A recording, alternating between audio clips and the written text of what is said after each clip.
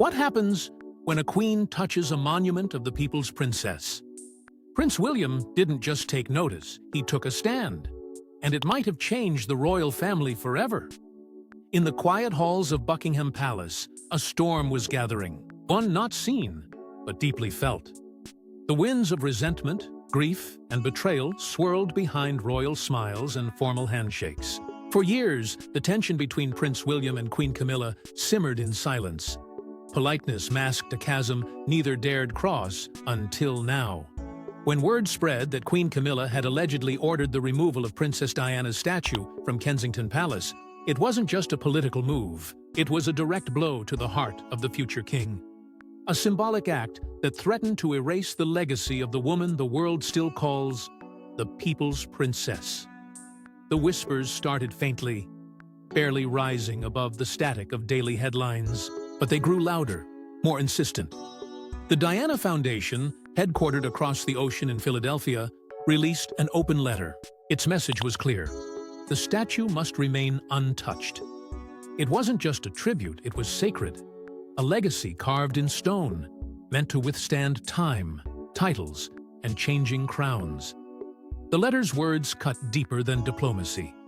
No one, regardless of rank or title, has the right to dismantle a monument so deeply tied to the soul of the people.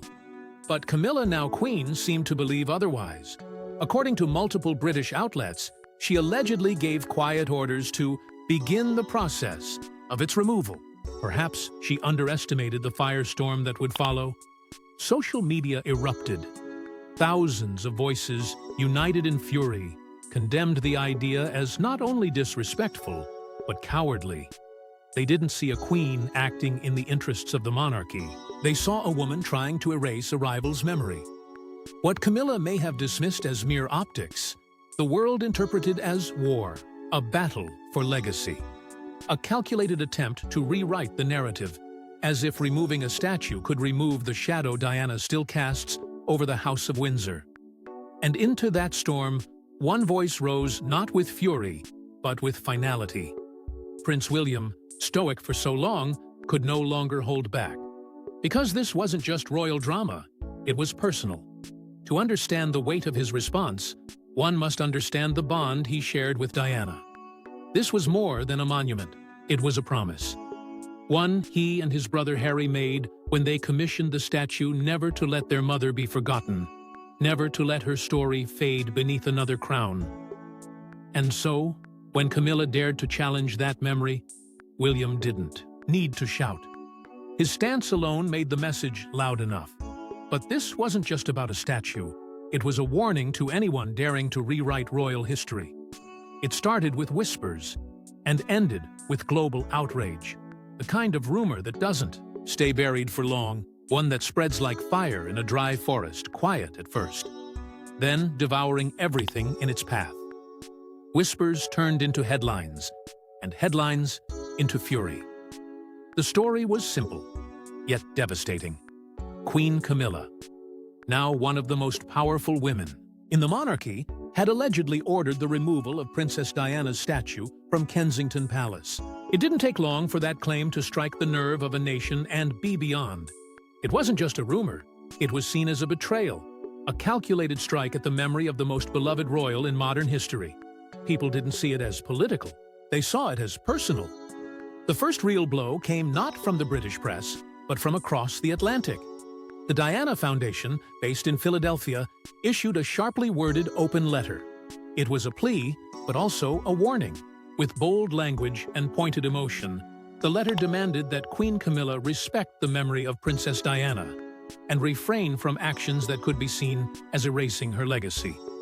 No matter her title, the letter stated, no one has the right to dismantle a monument that symbolizes a life of compassion, courage, and connection to the people. It was a bold move, and the letter hit its mark. Within hours, it was being quoted across major news outlets. The debate had begun, but it wasn't just journalists and historians who weighed in, it was the public, and they didn't hold back. Social media platforms exploded with outrage. Hashtags supporting Diana trended for days. People shared photos, memories, and emotional tributes. The idea that Camilla would touch what many viewed as sacred ground, Diana's final symbolic place of honor, was more than unacceptable. It was unthinkable. Generations that had grown up watching Diana's warmth, her struggles, and her heart now saw her legacy under threat. And they were not going to stay silent. What made it worse was the silence from the palace. No official statement. No denial. No clarification. Camilla didn't address the rumors. And that silence grew louder with every passing day. In the absence of answers, people filled in the blanks themselves. Her silence became an admission in the public eye, and every second she remained quiet, the anger multiplied. This wasn't just a royal family dispute anymore. It was a full-blown crisis of legacy, of respect, of what and who should be remembered in the royal halls. But behind the scenes, one man wasn't going to let the silence linger. William was ready to speak. To understand William's fury, you have to understand his grief. It wasn't just about a bronze statue standing quietly in a garden. It was about a son clinging to the only tangible piece left of the woman who shaped his heart. Diana wasn't simply a princess or a public icon to William.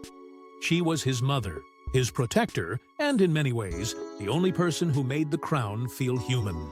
From the moment her life was taken, a part of William froze in time. The boy who walked behind her coffin in front of the world never really stopped walking.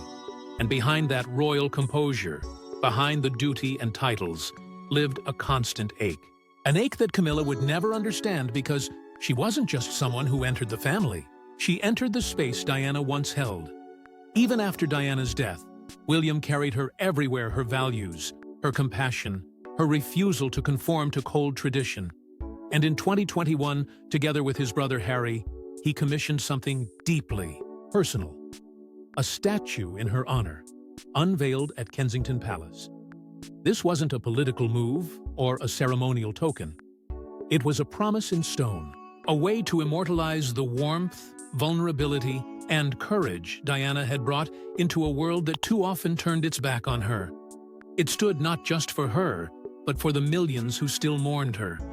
For the woman who made the royal family accessible, for the mother who taught her sons to feel, to question, to care. The statue was more than a memorial. It was therapy. It was healing. It was the kind of act William knew his mother would have treasured not for its grandeur, but for its meaning. And standing beside Harry, despite the growing distance between them, they found common ground. For one brief moment, it wasn't about the monarchy or the media. It was about memory, love, legacy. And that legacy became even more sacred in contrast to the woman now crowned beside their father. Camilla's image had long carried controversy, shaped by whispers of betrayal, and a history the public never fully forgave. Diana had been the princess who cried behind palace walls, while Camilla had been the woman behind the whispers. In the eyes of many, there was no comparison. And in William's heart, the difference was absolute. Diana gave herself to the people. Camilla took what Diana left behind. William never spoke much about his pain. He didn't need to. His actions were deliberate, careful, quietly resolute. Every time he visited the statue, every time he spoke of his mother in public, it was more than nostalgia. It was defiance. A reminder that no matter how high the crown sits on another's head, Diana's influence would remain rooted in stone, in memory, and in him. So when Diana's legacy was threatened, William didn't just react, he retaliated. Why would Camilla risk public fury just months into her queenship? That's the question that left both royal watchers and insiders stunned. After decades of carefully rebranding her image, transforming from the royal mistress into the queen consort Camilla had, it seemed, finally secured her seat at the table. But with power came scrutiny, and with scrutiny came the consequences of every whisper, every command, and every misstep. According to leaked reports, she allegedly gave quiet orders to begin preparations for the removal of Princess Diana's statue from Kensington Palace. And just like that, the carefully constructed narrative around her ascension cracked wide open. This wasn't viewed as a mere administrative decision. It was perceived as an attempt to overwrite history, to diminish the ghost of a woman whose presence had only grown stronger with time. The statue, standing tall and serene, wasn't just a monument. It was a message, a declaration that no matter how many titles shifted hands, the heart of the UK public still beat for Diana. And Camilla's alleged move to dismantle it wasn't just controversial, it was explosive. It reignited one of the most bitter divides in royal history: Camilla versus Diana. A rivalry born in shadows, dragged into the spotlight, and now, it seemed, playing out in bronze and stone. To the public, it felt deeply personal. Diana had endured humiliation, betrayal, and global scrutiny, all while trying to shield her children from the chaos. In contrast, Camilla had been painted as the woman who walked through the ruins of a broken marriage and claimed the throne as if time had erased the pain. But time didn't erase. It recorded. And when news of the statue's possible removal surfaced, it triggered something deeper, a national memory that had never truly healed. Royal analysts didn't hold back. Some saw it as a miscalculated power move, a queen trying to reshape a legacy that would never truly belong to her. Others speculated it was a desperate attempt to solidify her place in the monarchy by removing symbols that reminded the world she wasn't the first choice, that she wasn't and never could be Diana. Insiders whispered about tensions growing behind palace walls. But what made the situation more alarming was the silence. The palace refused to confirm or deny the reports. No comment, no clarification, nothing but a void that gave fuel to the flames. That silence became deafening, and in its absence, assumptions were made, stories spun, alliances questioned. The queen consort's intentions were no longer hers to explain. The public had already made their judgment. But Camilla may have underestimated just how powerful William's silence could be until he broke it. He didn't raise his voice, but his words left no room for doubt. In a family built on silence, where grievances are buried beneath formality and polished press releases, Prince William's decision to speak out was seismic. For years, he had walked the royal tightrope, balancing duty with personal pain. But the moment Camilla's alleged involvement in the removal of his mother's statue became public, that balance shattered. The future king didn't just make a statement, he drew a line in the sand. And what he said sent shockwaves through the monarchy. No one, not even the queen consort, has the right to tamper with my mother's legacy. Those were the words reported by palace insiders, sharp, deliberate, and impossible to ignore. He didn't offer polite ambiguity or rehearsed sympathy. He chose confrontation. And by doing so, he pierced through decades of royal restraint. It was a rare display of raw defiance, not against the institution itself, but against the rewriting of a story that was never Camilla's to touch. For the first time in public memory, Prince William became more than a ceremonial figurehead. He became a protector of history, of memory, of his mother. The impact was immediate. Media outlets across the globe seized on the prince's decisive tone. Analysts dissected every word. Headlines screamed of a royal rift that was no longer speculative, it was real, and it was personal. This wasn't a prince offering a vague expression of concern. It was the future king making it known that some things are sacred, even in a world where crowns can shift and allegiances change. Diana wasn't just a part of his life. She was the root of his values, the silent voice guiding his public image, his causes, his vision for the future of the monarchy. And in that moment, William stepped into his role not just as heir, but as leader. He didn't need a crown on his head to assert his power. His authority was felt through his clarity, through the moral line he refused to let others cross. He stood for tradition, not the cold, ceremonial kind, but the emotional truth passed down through the memory of a woman who had been loved and wronged. Diana had once told the world she wanted to be a queen of people's hearts. In that moment, William became the guardian of that vow. Camilla, now queen consort, found herself at the center of a renewed backlash. Public sympathy, which had slowly begun to warm over the years, reversed in a flash. social platforms erupted. Commentators questioned how such a misstep could happen so early in her reign. And the more William stood firm, the more isolated Camilla began to appear. This wasn't just about a statue anymore, it was about a growing divide that the monarchy could no longer ignore. But this wasn't the first or only time William made his opinion about Camilla crystal clear. Sometimes silence screams louder than words. And during Camilla's coronation, Prince William's silence roared across the royal stage like thunder behind closed palace doors. In a ceremony designed to symbolize unity, tradition, and royal continuity, something subtle yet seismic occurred. As Camilla was officially crowned queen alongside King Charles III, the world's cameras captured a moment that, on the surface, appeared respectful. But beneath the glitter of royal robes and rehearsed smiles, William's body language told a different story, one of restraint, resistance, and quiet rebellion. According to ancient tradition, heirs to the throne kneel before the newly crowned monarch and pledge their loyalty. It's not just a gesture, it's a ritual steeped in symbolism, a recognition of status, power, and royal hierarchy. But when the time came for William to perform this gesture before Camilla, he didn't.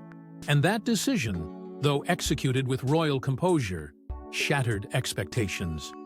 Royal watchers didn't need an official statement to read between the lines. This wasn't forgetfulness. This wasn't formality skipped for convenience. This was intentional. And the message didn't stop there. Later, at the grand coronation concert, William took the stage a prince, a future king, a man watched by millions. With poise and elegance, he offered heartfelt praise to his father, King Charles III. He spoke with reverence for Queen Elizabeth, to his grandmother, and the beacon of royal stability for decades. The applause was thunderous. But as the speech continued, the absence became painfully clear. Not a word was spoken about Camilla. No welcome, no recognition, not even a passing mention. For someone who had just been crowned queen, the silence was damning. Royal experts didn't brush it off. They dissected every sentence, every pause, every sideways glance. Some called it a quiet protest. Others labeled it a calculated snub. And still more suggested that William was sending a message to the institution itself that there are lines even the monarchy shouldn't cross. Camilla may wear the crown, but in William's eyes, she hadn't earned the place that mattered most beside his mother, in legacy and in love. And no amount of public ceremony could change that. This wasn't about breaking protocol, it was about drawing boundaries, personal ones, emotional ones. Ones that made clear that while he would uphold the monarchy's public image, he would not compromise on matters of the heart. William had learned from his mother that appearances deceive, but actions and inactions speak the loudest. In that silence, he reclaimed the narrative, and as the crown settled on Camilla's head, William was already drawing his own battle lines. For William, Diana wasn't history. She was a living legacy worth fighting for. And in a palace that often treats emotion as a liability, he chose to wear his devotion like armor. To him, this wasn't about preserving the past for nostalgia's sake, it was about protecting the truth. Because Diana wasn't just his mother. She was a symbol of everything the monarchy could be, yet often failed to become. Compassionate, vulnerable, fearless in the face of institution. Her humanity made her dangerous to the establishment and unforgettable to the people. And even decades after her death, that power hadn't faded, it had grown stronger. But with Camilla's rise, that narrative began to shift. Quietly at first, then with increasing boldness. Where once Diana's story stood unchallenged, now there were attempts to reposition Camilla not just as Charles's partner, but as a central royal figure, a new kind of queen. And with every title granted, every portrait unveiled, Diana's space seemed to shrink. For the palace, it was an effort to modernize, to unify fractured images. But for William, it felt like erasure, like watching someone rewrite the story before the ink had even dried. The public was split. On one side, Diana loyalists, those who remembered her warmth, her tragic downfall, and her resilience. They saw any attempt to elevate Camilla as an insult to memory. On the other, royal modernists, those willing to accept a revised monarchy, one built on forgiveness and reinvention. But forgiveness, for William, couldn't be demanded by protocol. It had to be earned. And when it came to his mother, he wasn't ready to surrender her legacy just to satisfy the optics of royal harmony. The statue became more than a tribute. It became a battleground, a flashpoint where history clashed with the present. To the world, it was a piece of art. To William, it was the final, untouchable piece of his mother's truth. And now, with whispers of its removal, it symbolized the quiet war between preservation and revision. William didn't need to explain this. He lived it, every time he stood near it, every time he watched it draw crowds who still wept at her memory. It was proof that Diana's story wasn't a closed chapter. It was an enduring pulse that refused to be silenced. In the eyes of many, William had become the guardian of Diana's truth. A role he never asked for, but one he embraced with a quiet, unwavering fire. His silence toward Camilla, his refusal to kneel, his deliberate omission in his coronation speech, none of it was accidental. It was all part of a greater resistance, not against the crown, but against the whitewashing of pain. Because some legacies aren't meant to be softened. They're meant to be honored. But William's fight wasn't just emotional, it was also deeply strategic. He isn't just defending the past, he's shaping the future.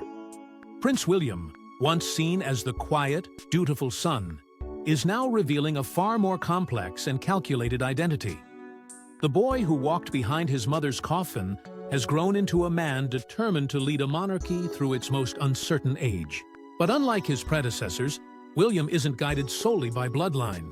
He's guided by experience, grief, scandal, betrayal, and the weight of a legacy he never asked for, but refuses to abandon. The world is watching a transformation, not into just a king in waiting, but into a millennial monarch with a blueprint of his own.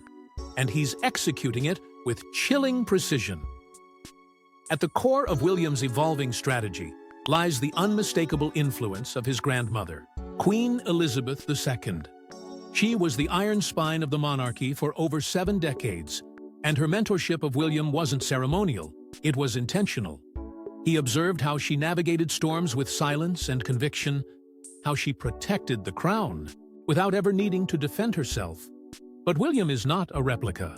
He absorbed her lessons, then adapted them for a digital age, one where silence can be as damaging as a scandal, and where public perception can dethrone tradition in a single, viral moment. That's why William has become increasingly bold in his decisions. His stance on Camilla's behavior wasn't just emotional, it was a calculated boundary. One that reinforced his authority without ever uttering her name directly. And his complicated fallout with Prince Harry wasn't simply the result of sibling rivalry. It was a response to what William viewed as a betrayal of duty. While the world debated who was right or wrong, William focused on optics, on consequences, on how his silence, his composure, could speak louder than Harry's interviews and memoirs combined. Yet, even as he clings to the emotional bedrock of tradition, William knows the monarchy must evolve or collapse.